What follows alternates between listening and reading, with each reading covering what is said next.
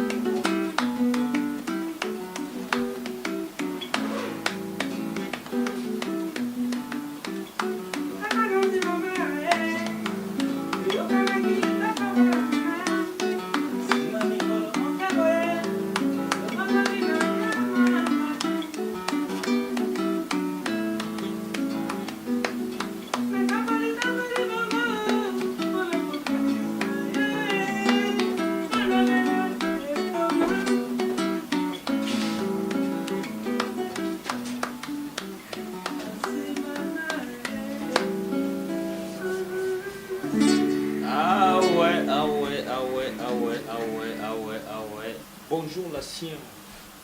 les V poli, ou babengi les V popolipo. Bonjour. Oui, bonjour.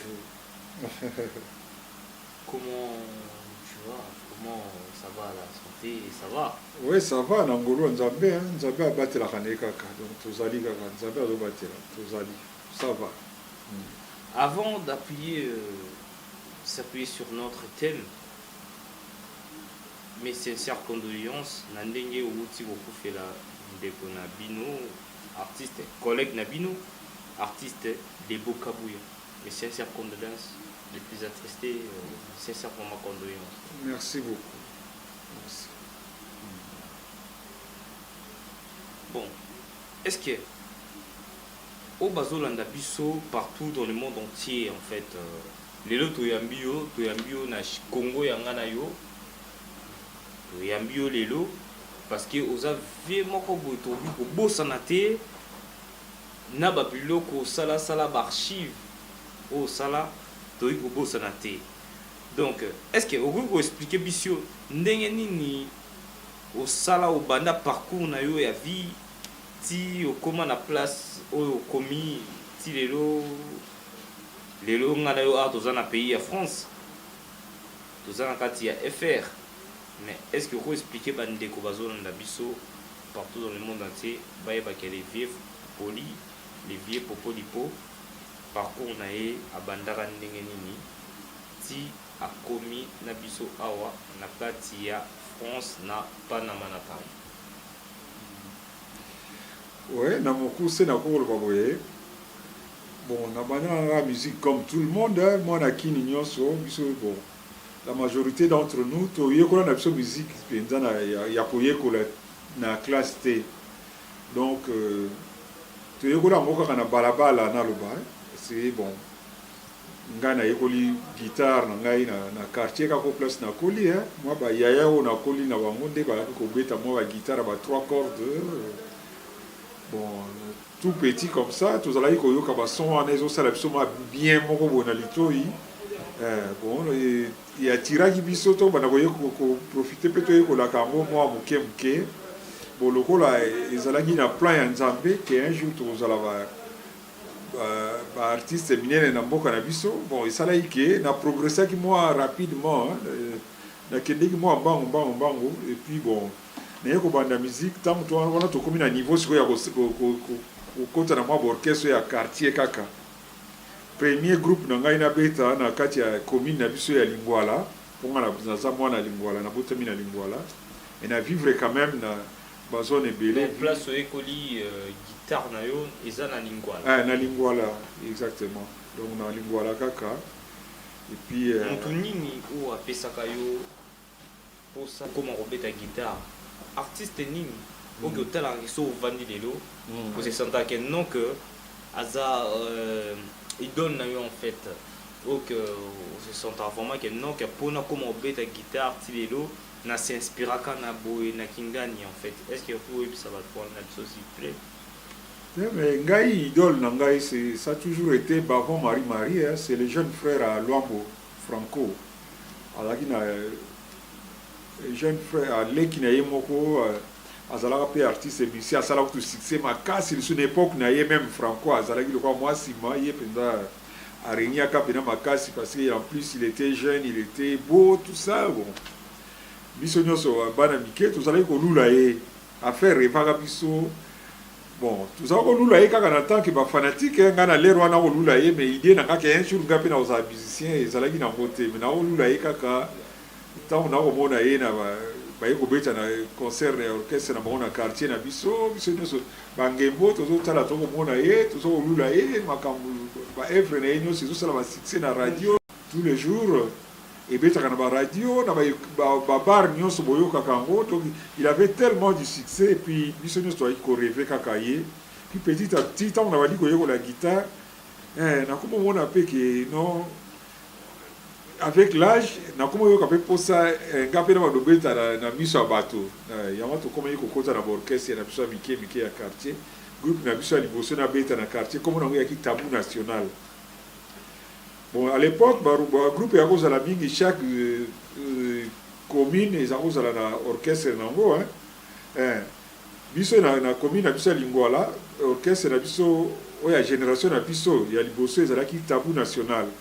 na Kasavubu ekozwa Zaiko Zaiko ezalaki na Kasavubu et puis okena Stukas bana ya quartier à l'époque Imo Congo 20 mai ne petit soko lelo so échanger sous Congo na quartier du 20 mai wana quartier ya Litabembo voilà orchestre ya Litabembo Stukas et puis ok bato bandal kuna bazalaki na orchestre les Simba tozalaki ndengo wana bana ya côté ya Yolo bazalaki na groupe na ngo soki Pepe Mozindo donc tozalaki configuration à l'air on est bon on dirait chaque commune ezalaki na orchestre donc toaki le quoi ba concurrent to beta ba concert jumelé ensemble na ba Zaiko banini mais ça là ike biso to konya musika te to kabwani na katikati et puis ba Zaiko et Mati et si vous comprenez le quoi Zaiko te représentant le roi génération na biso tout le reste est kufa voilà et à la flex ah ouais est-ce que oki koyeb sabiso isusu parce que tozalaki na mwa baquestion ya kopose o bato oyo babosana yo mwa ndambu oki obunga na mwa mutu na bango mwa ndambu bameka lisusu kozonga lelo bameka kose souvenir que non que il y a un certain vieux poli popolipo oyo toyebaka kala na quartier latin et puis tout voilà. Est-ce que oki koyebisa biso parcours na yo na quartier latin recrutement na yo ezalaka ndenge nini o expliquer bandeko bazolanda biso na monde entier parcours na yo na quartier latin. Oui, j'ai compris. Mais bon, en fait, ngai na quartier latin nazalaki musicien à quartier latin te nazalaki encadreur ya quartier latin ndenge tout le monde na l'équipe à football ou la entraîneur ndenge tosololaka na moninga na ngai Kofi oyo kolo orchestre wana ezalaki na ya nazala parce na wana avant na comment collaborer na ye nazalaki na Zaiko nazala collaborer na ye ka juste na ba studio alors esalaki ke banzemo nazalaki kobetela ye epesaki ye succès ya makasi akomaki mpenza likolo banzembo lokola ba surtout oyo pene komisaki ye pena musicien munene eza oyo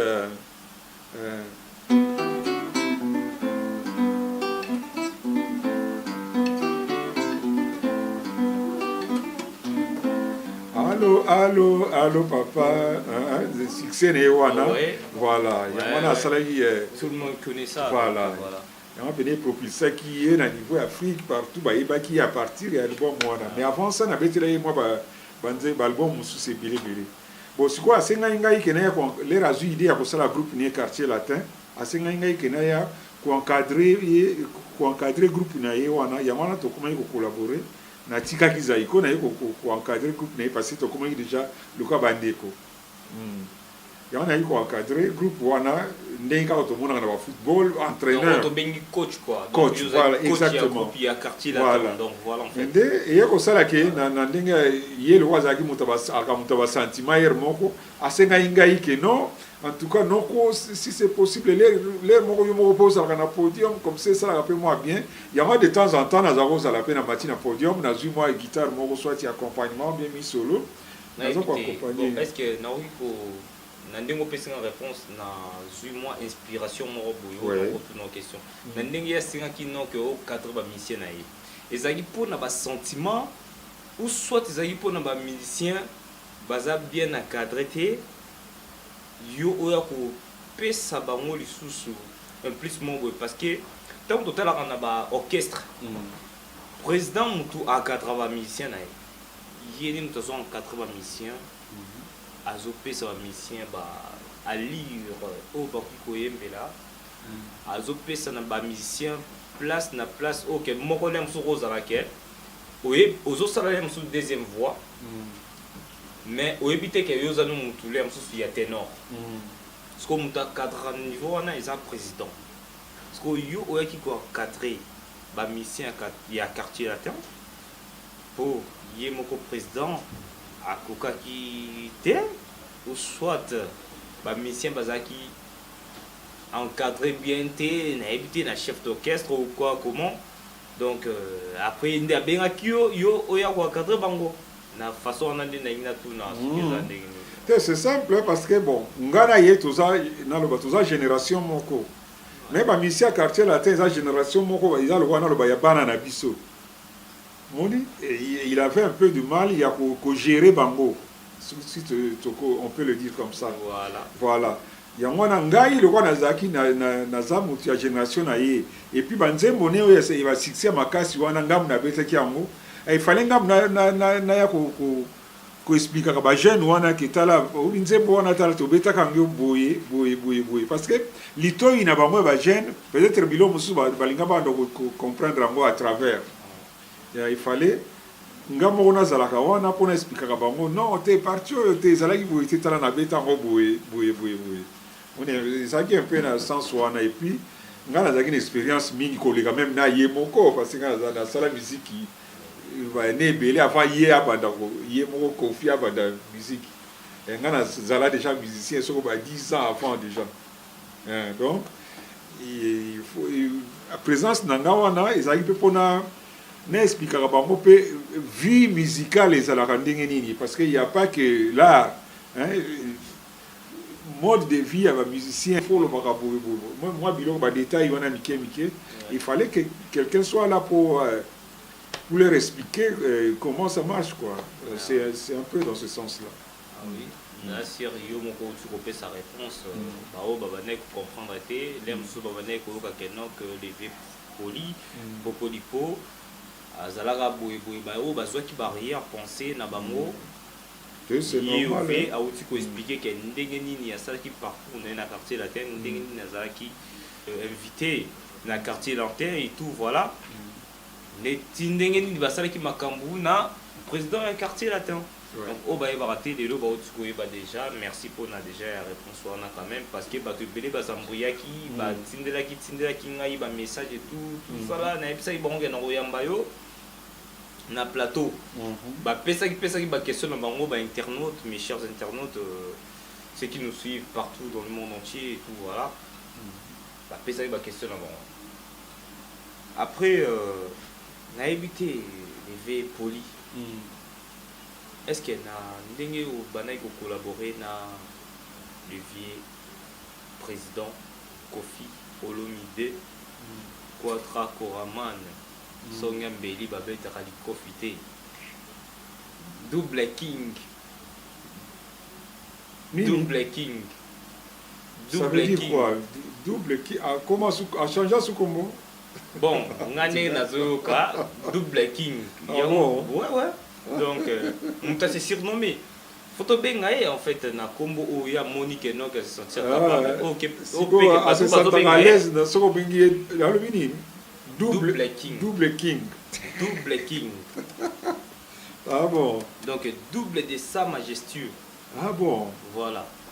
Donc en même temps on a Double King. Ah oui. A joué na évité rôle en même temps prince et en même temps roi.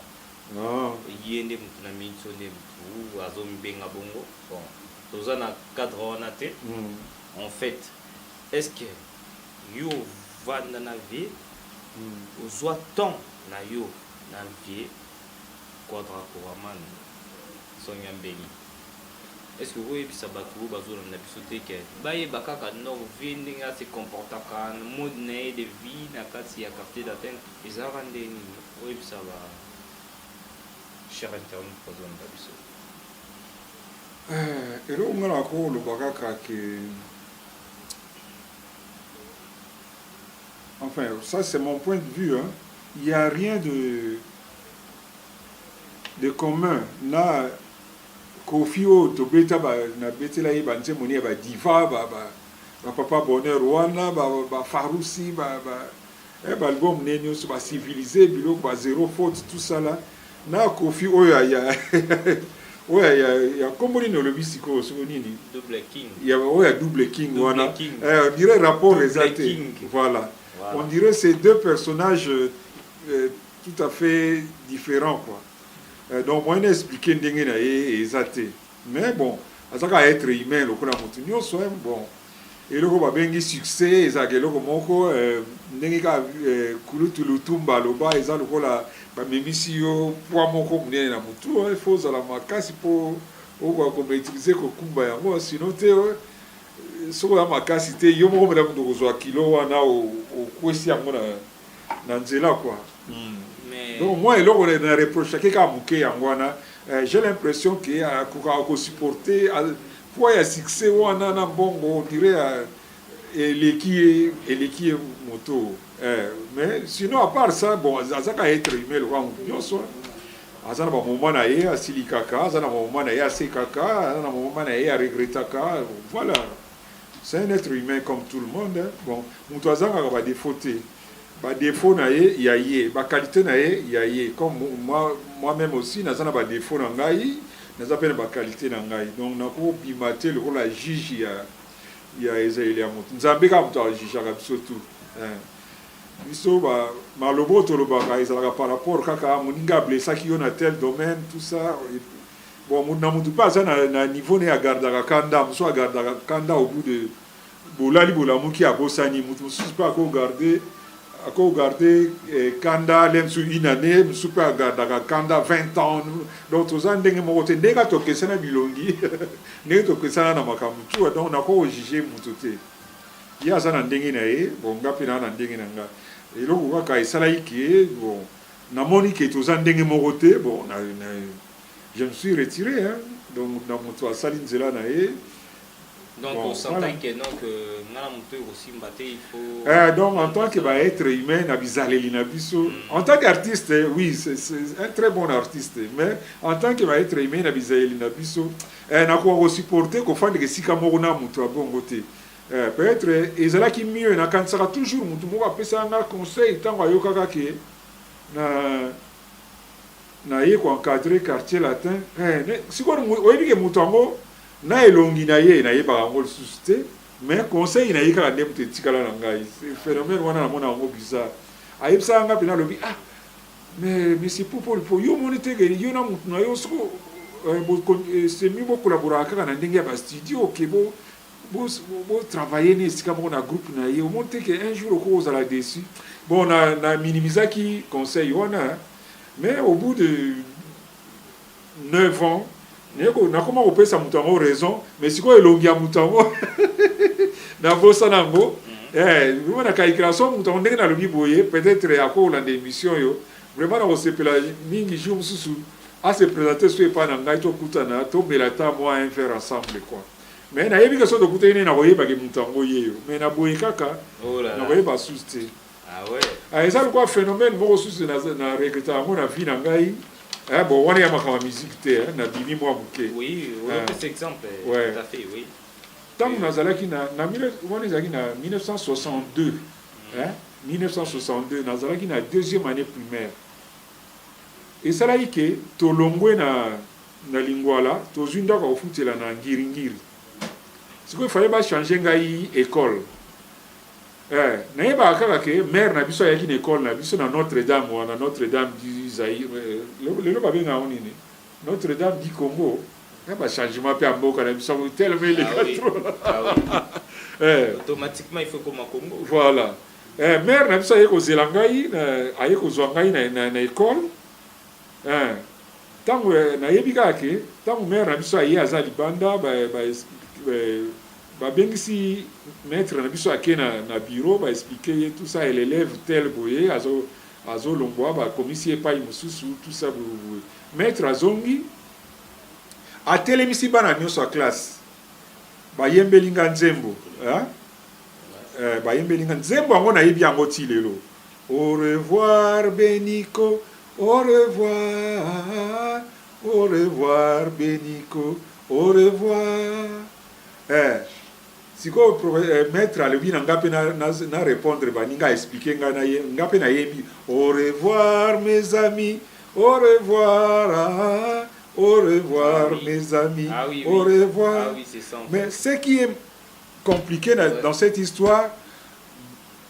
nayebi ata ndenge naza boye nayebi ata elongi lisusu ata ya voisin collègue moko ya classe te ni elongi ya maître wana nayebi yango susu te mais nayebi histoire wana nayebi nzembo wana mais nayebi ni elongi ya maître wana ni kombo ya voisin moko collègue moko ya classe na ngai nayebi te eloko wana regeta yango ti lelo peut-être so nazongi sasa na okende na Notre Dame na tuna nano na basango bagaluka bagarda archive peut-être pour rappeler ngai certains noms quelques noms réminiscence ebele o to salaka tant tozokola tant tozana ba enfant tozokola tozana ba souvenir mo bo to gardaka à travers ba ami ou tozokola na bango tozana ba amitié to gardaka ke donc ata soki bokomi na ba âge dini bozaka toujours en contact. Est-ce que occupe sa biso na bato bazone na biso relation nini oyo garda na ba artiste o se senta vraiment que non que artiste vraiment penda convaincre nga vraiment a amitié na moni ko peneza bien ngai photo za bana na moni penda linga mutu na ndinga solo azate ndingo lobiki zigzag tout ça ndingo pesi biso ba exemple amitié nini oyo garda na ba musicien na monde artistique oyo te bon na monde artistique na viva quand même ba amitié mingi ezalaki mpenza sincère mais dommage que Nzambe a décidé autrement mingi bakufa luka ba Kester Emene ya akenda na ye wana yaki pena ami mpenza la relation na biso yaki pena sincère moni et puis na regeta yango trop parce que na viva onga na beta pona na beta pe une année na kati ya viva na viva wana ba chanteur nyonso to beta na une année wana nyonso bakufa na yemoko patron na biso papa wemba yemo pe azalaka ne susté donc le seul le rescapé autotikala na ye ezakaka Juna Janana Juna Janana to bandane kala to beta ne déjà na ba isifi to kokutana ne na viva et puis to beta ne suna langa star ami mon sincère ye penza c'est vraiment un frère pour moi ye to zalakane bien ti lelo nazwa na problème te Janana le papa de maître Gims génération abino et Dadju voilà wana penza za penza vraiment c'est un frère pour moi donc à part ye ba Kester ba kenda na bango ba fafa de molo kai ba kenda ba espérant jengaka ba kenda na bango voilà petit frère nanga de baba pe akenda na ye dernièrement na auto tala film moko ya vivre na télévision na la voix du Zaïre wana bazoyemba nzembo ya Beloti donatali pena bazoyemba espérant Kester de baba na fafa ou les quatre chanteurs bazalaka susté ça la inga moi bien te quoi voilà en tout cas na pesi lobi na pesa o nani na mona mitié za sincère c'est Juna Janana voilà pour nous kozonga na question d'accord. Là tout le monde comprend en fait ce que je veux dire. Donc on appelle à comprendre il suffit de jouer PC déjà mon tour que c'est s'entend vraiment donc naïe vous êtes proche. Bon na époque na yo tout le monde qui ba musicien ebélé ba leka artiste, soliste, bassiste, accompagnateur, ou leka, guitariste, en bref. Sala, règne. Lelo, na génération haute, lelo, babime belé. Et belé, babimi, bakomi yele, succès à danger. Tant au monde a bango talaka bango na mutu na yo atant que ancien ya makambo wana ya makambo etali misapi omilobelaka nini na mutu te mais bon dans la talaka ba jeune na monaka eza nzela oyo biso tu nalobaka d'abord lobaka ya lokwa nzela oyo biso toleka eza bango baye koleka nzela yango nsima mais ya nzela moko biso toleka parce que l'air biso to ko sala ba succès wana tozalaki bamikolo lokola ndenge oza kotuna nga lelo te biso mpe toalaki kaka na biso toalaki beaucoup plus jeune ke bango bato ya lelo guitariste à lelo chanteur à lelo. Tu te rends compte Rochero Taboulé il a passé à Olympia, il avait quel âge? 30 ans. Tant que biso toko réunir na ici fi tout ça ngai Joe Mali Adam Wangisa Shora tout ça, on avait moins de 25 ans. Vous savez mais tu as déjà œuvre toi iko sala. Donc comme personne a zongi ici malisous de tant non on a vu ça docteur Nico tout ça là quand ils avaient joué les Indépendance Tcha ils avaient 20 ans. Si quoi yoka disent qu'on a Indépendance Tcha aux a moins sensibilité dans la musique non? Ben oui. Yoka Tcha disent qu'on a Indépendance Tcha mais si quoi imagine toi que Moutazo met ta guitare wana un gamin de 20 ans. Vous savez or ba jeune siko ba sala ba succès mais ba za mwa mikolo par rapport à ba âge biso to sala ba succès. Oui. Ozo mona pe ba biso ba za ba donc ba outi ko franchir âge et adolescent calamité ba perceper na ndule donc tout le monde ba biso ba outa ko zala na minorité ba continue na majorité mais ba zo percer. Et après parce que l'air moko le cas va mboka na biso ils ont un archive que ça soit côté musical côté sport côté politique dans tous les domaines tous en archive archive sur le plan national ils en beauté il y a un moment ba jeune lelo ba kansaka ke ba makambo ba succès et bandi pas na bango or que non et bandi déjà ils ont déjà bandaka là ba groupe le ba trio ma Jessie ba kwesa ba église et bukani ba tu ba kufi ba bukani ba tout ça là au moins ba na Michael lelo ba génération ba wera ba ni ba yebi na ba biloko wana te au moins ba ba katsaka ba succès wana yeler na bango na monde ya musique ya lelo et comment que to komi ko sala à l'époque bino ton bozalaka wana bozo beta ba musique bozo kola na génération na bino technologie ezalaki nano avancé te ndenge tokomi lelo kasi yango te lelo tokomi na problème de vue voilà sur la vue na internet sur internet c'est ça qui fait la différence na internet au sein de ba vue allez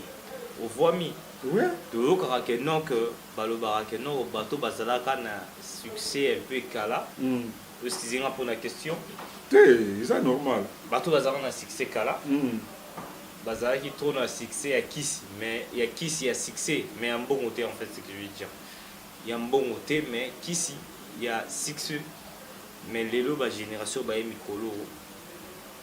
ndenge to kaka na confirmer te na ebité on na simba kizupa ba lobi ke ba simba Kiss il y a succès en même temps un bon mais ba lobi ke ba vie na biso ba leka kala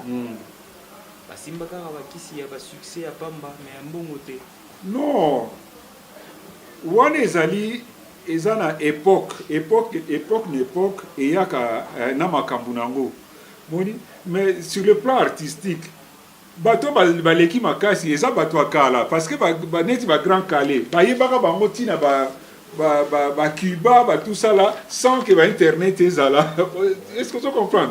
sans appui wana ba facilité wana ezalaki na noté mais bayebi bango tina na ba Cuba ba Amérique partout et là il y a différent entre au moins génération lelo ezalo wana banini ba kuté na facilité au moins ba kuté na ba koma ko sakana na bambongo tout ça au moins ba koma ko sepela ke au bois qui est libanga na disque afuti yo mbongo or biso to kuta musique basala ango par sentiment moni mutu soka zo lancer parce que par reconnaissance par amitié gratitude voilà or lelo intérêt les andé mokili ezo tambula lelo lelo intérêt et comme l'argent essuie le dessus moni ok l'air bakala on ba rochero ko sala ba comme ça partout mais boyebi na binote voiture nini ya tambula na ngo non boyebi na binote à part moi Franco mutazalaka so azolika na voiture de luxe na yazo azaki na ba klaxon moko yembaka moi mélodie moko bona ba gangi oh ma foi là tout ça voilà c'est ça que je veux dire voilà donc ça époque l'époque il y a kana makambo merci beaucoup les vieux poli polipo ouais donc toza lisusu na mwa baquestion toreserva ki oyo tokotuna yo répondre biso na plateau na biso po bato bazolanda biso tout le monde entier et que bango ndenge tobasala biso tozala yango nalingaka mes chers internautes tosala bosabone na chaîne na biso toujours ya Congo yanga na yo parce que makambo tobombeli bino eza ya minene ya kafukafu bosabone pourquoi pas cliquer sur la cloche de notification pour recevoir plusieurs vidéos. Donc vous s'abonner massivement, brutalement. Avec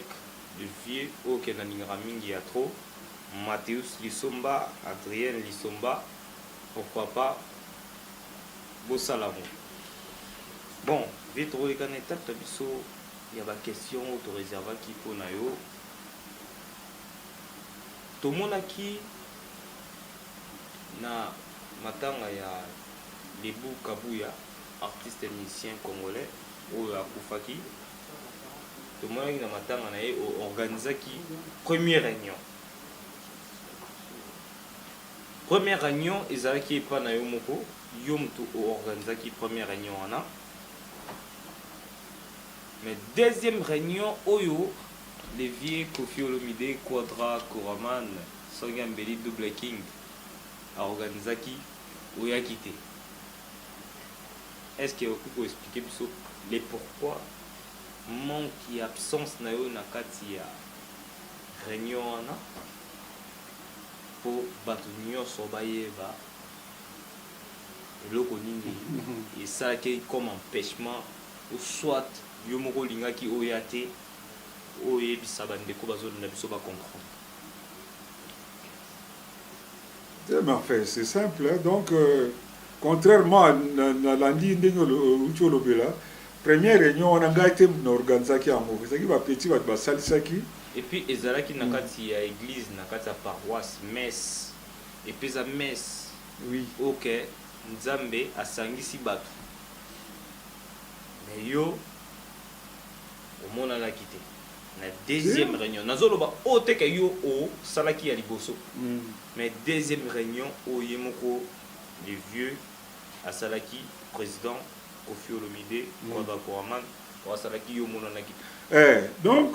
ngena baboye réunion wana yozoloba ya première réunion ngai te organizaki ba petit ba organizaki nazali kaka invité a kulutu na biso pe azala yango na yaki tosoli na bango na pesi pe na prier moi muke ba idée na bango na pe moi conseil na ndenge na koyi kopesa na pesi mais sikoyo oya mibale ezalaki ke tango nakotaka na logique no ya kombo wana ezokimanga kaka le double king voilà tango double king aye abengisi ba petit na ye na pe kiminga mwanda abengisi ba petit na ye ba solola apesi bango adresse tout ça là ngai na makambo quartier latin normalement je ne me sens pas concerné na mona ka itali na ngate so na kenegi réunion wana parce que ndenge to mesene ki na lebu moi tanyo so to fanaki na bango bo famille wana yango na kendeki nini mais tango ekomi ke patron na bango double king aye poiso la na ba ex na ye wana ngana je me sentais pas concerné et puis na ye na ndenge yo lobike oya meske o nzambe asangisi ba non makambo ya messe wana yango pe deuxième question ezaki donc pourquoi na messe okendaki wana eza volonté ya nzambe te eza volonté ya bato donc double king mutu asalisaki messe wana moni ngai makambo ya double king na makambo ya quartier latin na ye nga nakotaka na ngango te moni eza na ndenge ya mabe te mais ataki okotaka makambo ya quartier latin te quartier latin et sangisi ba musicien ebele mais est-ce que ekoki kozala te que non que oyata ko assister ebembe omona ta ebembe ya musicien ou akufaki collègue collègue na bino te mais ebembe ezalaki wana te rendre ni visite ebembe ezalaki wana te eza kaka double king asalisi messe na ye bato bamonaki asalisaki messe tout ça na bapeti na ye baye na bainvité na ye baye nga na makambo wana nakotaka te soki ezalaki peut-être famille na ye aorganize likambo ndenge wana wana nde peut-être nakoki koya wana loko eza na cadre ya quartier latin et puis eloko omonaki naloba pourquoi na comprendre te pourquoi bato botuna nga kaka makambo ya quartier latin or nga nasala miziki kaka na quartier latin te nabeta na bazaiko balanga mais interview nous na kendaka on me pose que des questions sur quartier latin namonaka sens nango te parce que succès kutu ya makasi nasala yango nde na zaiko mais jamais mutu mo atuna ngai makambo ya zaiko ezalaka kaka quartier latin mais nga naza kuna te wana eza étape moko ya vie na nga na passage moko ya vie na nga nalekaki wana une fois eleki nango kaka oni mais souvenir ya makasi ya nga na musique c'est dans zaiko ozomona nga bon je te comprends quelque part puis eza yozo poser nga ba question parce que naloba nini baquartier latin bamission wana baza à peu près génération na yo je comprends mais eloko nakoloba ezaka mpona yo moko te namonaka bainterview tu bato basalaka ngai ces derniers temps ezalaka autour ya makambo ya quartier latin ya Kofi carrière na ngai ça n'a rien à voir na kombo ya Kofi wana eza kaka partie moko ya histoire na ngai ozomona sikoyo ndenge nakomomona ondire ekomi na histoire principale na ngai ekomi kotourne autour ya quartier latin eza sens te ngai eza mpena na ndenge ya te kobokabwana mabe soko nini te même ata lelo matanga ya bameri jo banini nakendeki na nga te mais mutu moko ekietaki nango mutu te atuna pourquoi okendeki te po nini basalaki messe okendeki te non mais donc tomoni mais pourquoi kaka yo ya quartier latin ezalaka na bibembe batunaka ngai ezalaka na bibembe mosusu ezalaka enoke eza na afrique mutu akufi na afrique biso toza na france toza na fr toorganizaka bamesse mosusu awa oyo esengaka enoke eza ebembe aza sur place te mais eza lokwa kaka funérailles oyo bozosala cérémonie oyo bozosala en fait que donc moto akoya koassiste tout ça et tout asala mpe neti azalaki na ebembe kuna na afrique mais aza na ye na ebembe yango te ebembe mpe eza sur place te c'est ça en fait eza bongo donc nayebi te soki yo oyaki te nde mosusu bato oyo baconsideraki na ndenge na bango balobi ke non bilobaloba mpe na nsima ke non ve nde mosusu ayaki te boye mpo na boyeboye wana nga nayebi te mais na messe yo ozalaki te ezalaki messe te ke Kofi moto asalaki yango mais Kofi moto asalaki yango mpona ebembe oyo ya musicien oyo akufaki Lebu Kabuya. Oui, na comprendre yo eza logique na yo na ko compliqué yo te mais ngai personnellement na préféraka moto alakisanga bolingo ntango nazomona donc neti nakotaka hôpital awa année passée awa bato bayaki koya kotala ngai monike siko babimi kutu bazongi le mosu na kotikala na koti hôpital omwana nakomolela ngai moko bato angani batiki baoccupation na bango kapo baya kotala ngai emarkaki ngai mais oyo nyonso tolobaka oyo messe soko nini boye c'est des organisations d'hommes eza babolingo moko motu wana azomona yango te azomona na ye yango te ezalaka nango eza organisation d'hommes ça n'a rien à voir bolingo asolo balakisa yango ntango boza en vie omoni lebu abeleki awa motu akobenga ye te petit na ngai ndenge nini santé mikolo ndenge nini évolution ndenge nini rien mais que une fois moto aza ne lisusu te ale bokomi ndenge tozalaka kaka kwa tokomi oya kolakisa bambongo banini ekoma lelo na bakisasa badeko moto akufi ekomi place oya koteka kosala commerce place oya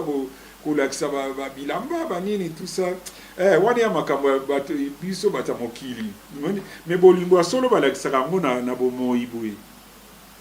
donc nga biloko wana bamesse banini nga nalobaka yango nga so jour na okufa nalingi kutu bokende na corps na nga na bamesse wana te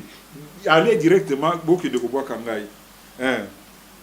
nakasi ndenge nalobi boye soko membre ya famille na nga bayoki ba bomba likambo ba kanga data lelo ngaso na kufi naza na besoin te boke na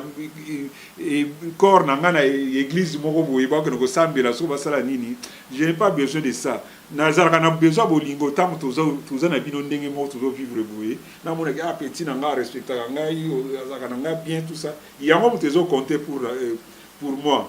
So na kufi nyonso yo ko sala sima na komona na nga mote. Na ko le ba pourquoi parce que na tant na kota hôpital ba tiaka nga na anesthésie moko générale wana donc na kufa pendant 7 heures du temps et ils ont un souvenir moko te na mutu na ngai na zana 7 heures moko eleka bo na vie na ngai y a rien na ibika na ne place na ko bana donc tant to kufaka nyonso eleka na sima wana c'est ils ont mo inutile bon il y a coutume culture na biso ba to ba vie culture na biso ba vivant mais en fait ça na ngo penza importante biso moko ba to ça ndenge to kuta ba yamato na ko comprendre ngo solo ba wana que mes ba sali mes boye ba ni mais tout ça c'est rien il faut la to la sakabolingo tant que tu as envie on a le reste wana tika yana ko ba sima mutu azasu wana te les bois zo mona biloko wana te. Merci les vieux polis, les vieux popolipo. Nous tenons vers la fin de notre émission, donc merci à tous ceux qui viennent de nous suivre, donc à tous ceux qui nous soutiennent. Donc merci beaucoup vraiment les vieux polis, les vieux popolipo pour nous assister biso na kati ya plateau na biso na chaîne na biso ya Congo ya ngana yo pe ya biso nyonso na bato bazotala biso na monde entier na Afrique mobimba na Europe, Océanie, Asie et tout Amérique. Merci beaucoup chers internautes pour votre soutien. Donc n'hésitez pas de vous abonner sur notre chaîne YouTube Congo ya ngana yo ya yo nangai ya biso nyonso pe lokola. Donc c'est votre humble présentateur Mérite Soumo. Merci beaucoup vraiment na sûr que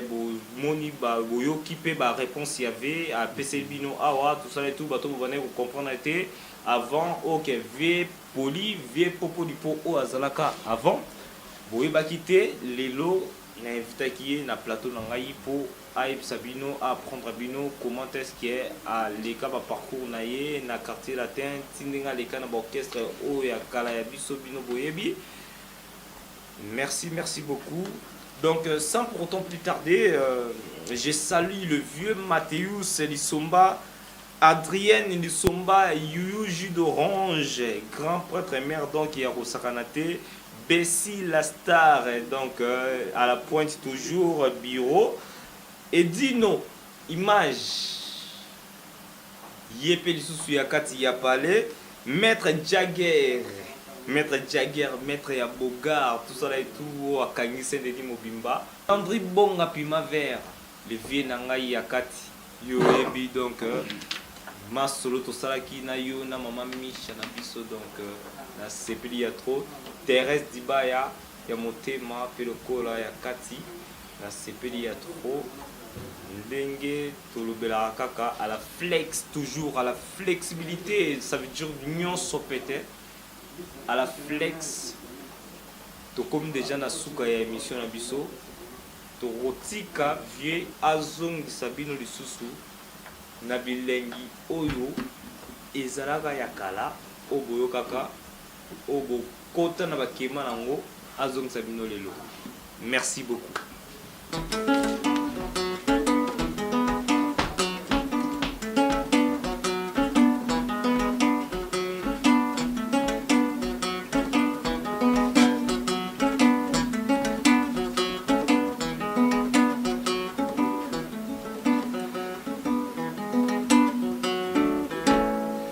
Bon, voilà. Merci. Ndenge ya minga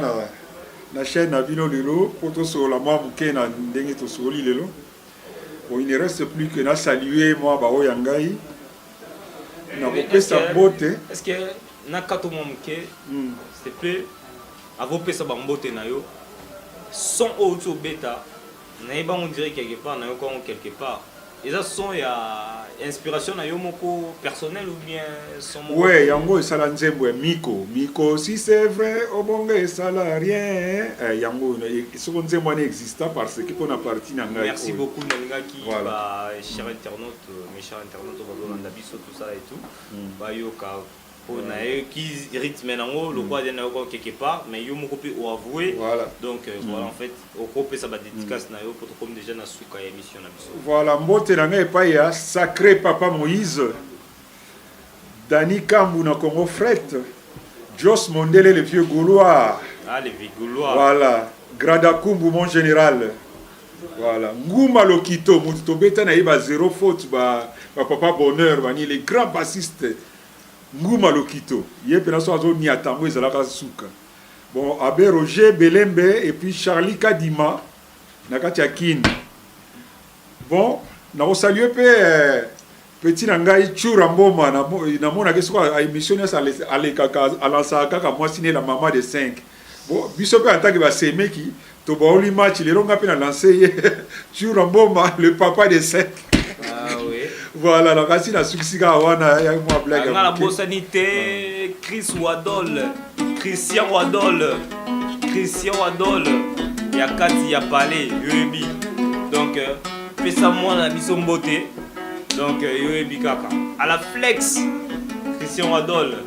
Willy Kouma l'expert. Ah ouais, on est ensemble. Lixon Kangilandu Pumaver, Messi Bessingombe, la star de la RDC et du Congo-Brazzaville. Donc c'était à la flex, donc Yomoro Yebi, votre humble présentateur mérite Sumo, Satori Baram, Kouzari Becker, à la flexibilité, à la flex, je vous salue, à la prochaine émission. Merci.